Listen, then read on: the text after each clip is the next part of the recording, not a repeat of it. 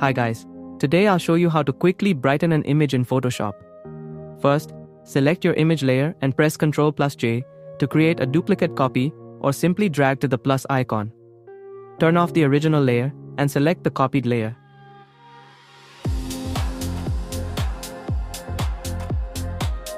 Now go to Image Adjustments Exposure.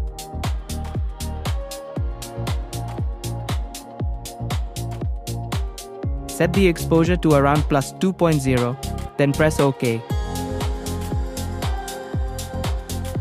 Turn the original layer back on to compare the result.